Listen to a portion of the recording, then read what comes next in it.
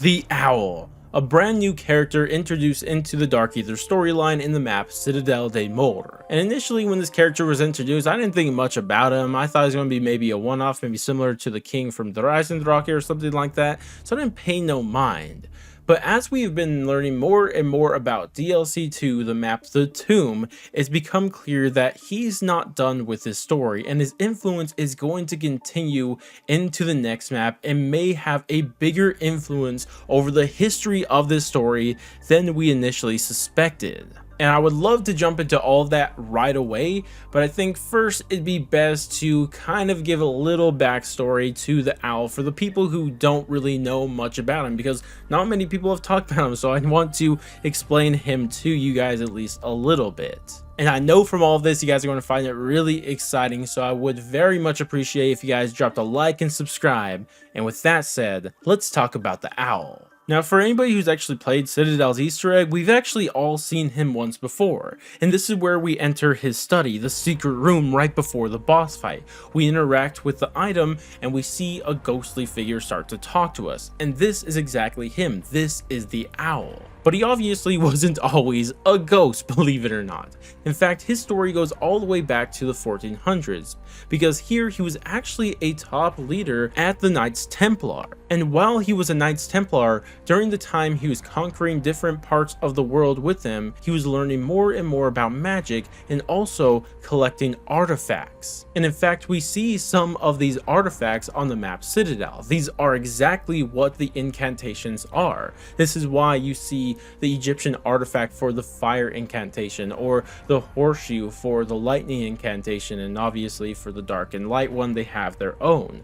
This is exactly what he did as his time as the Knights Templar, and he gained power and knowledge of those things, maybe even tying these things to the chaos story and the magic we see in that story. But when he was a Knights Templar, eventually that group of those Templars started being persecuted for many different reasons, but regardless of why, he was being persecuted, and he eventually ran away in order to escape all of that persecution, and that brought him to France, and more importantly, it brought him to the castle that we see on Citadel. And probably using the artifacts and magic that he learned as a Templar, he took over this castle. And while here, we at least know he created 4 things, and what these were the 4 elemental swords. And they were initially made for his sons in order for them to prove themselves to him, but it doesn't seem like it ended up working out that way. And obviously there's much more to his story, but I'm just trying to give you guys a quick backstory of him. So with the backstory out of the way, how does this all connect to our upcoming map, The Tomb? Well, first we have to understand where the tomb is taking place, and it's actually really close to the castle.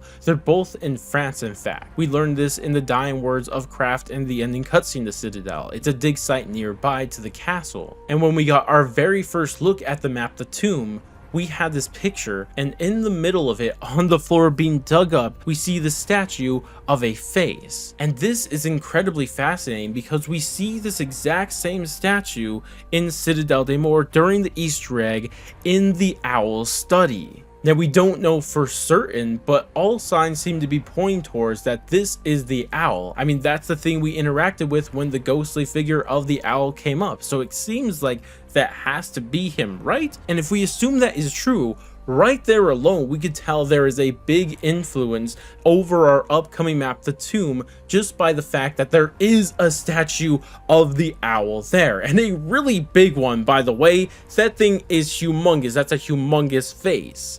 But what exactly was he doing here? Did he create everything we're just about to explore that we've seen throughout the teasers? Is he the one behind all of this? Well, no, because you may notice by looking around the map and the teasers that we've seen so far that the structures that are built there aren't structures that you see built from the Owl's time during the medieval time. In fact, the buildings look very similar to things that we've seen in Rome.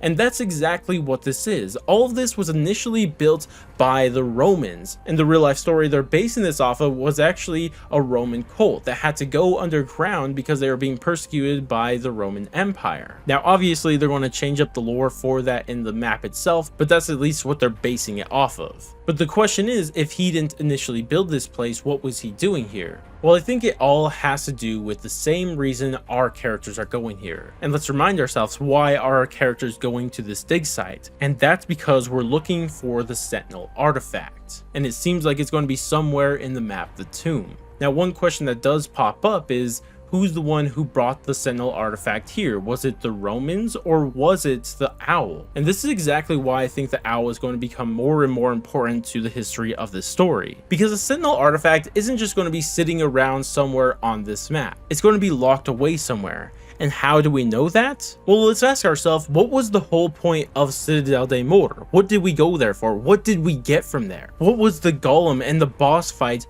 keeping locked away? And when we defeated him, what did he drop? He dropped the amulet. And it seems like this amulet is important. It's going to be the key to unlock wherever the Sentinel artifact really is in the map, the tomb. And that's what it seems like his influence is here. Regardless if he's the one who originally brought the Sentinel artifact to the map, the tomb, or if it was the Romans, regardless of how it got there initially, we know that when it was there, he also found it. And when he found it, instead of using it for any of his twisted means that it seems like someone like him would do, if you guys know about his personality, but instead of doing that, he locked it away with the amulet. And not only did he use the amulet to lock it away, he also locked the amulet behind a whole golem boss fight. He really didn't want anyone touching the Sentinel artifact. And this is fascinating to me, because why exactly did this all happen? What did he do with the Sentinel artifact? And then why did he think it was so necessary to keep it locked away for so long? And all of this is exactly why I strongly believe the owl is much more important than we initially thought. He's not just important to Citadel, but he seems like he has an important role to play in the history of this world. And the fact that he most likely had the Sentinel artifact himself before in the past is something that I find to be so fascinating. But of course, we probably won't know more until we get the map, the tomb, and really discover all the secrets that it has. And trust me, when that happens, I'll be the first one to make a video on that. So stay tuned for that. But regardless, that is all we know for today. And I still think it's very exciting. But regardless though, that's going to wrap it up for me. Thank you guys all so much for watching. And I'll catch you guys in the next one.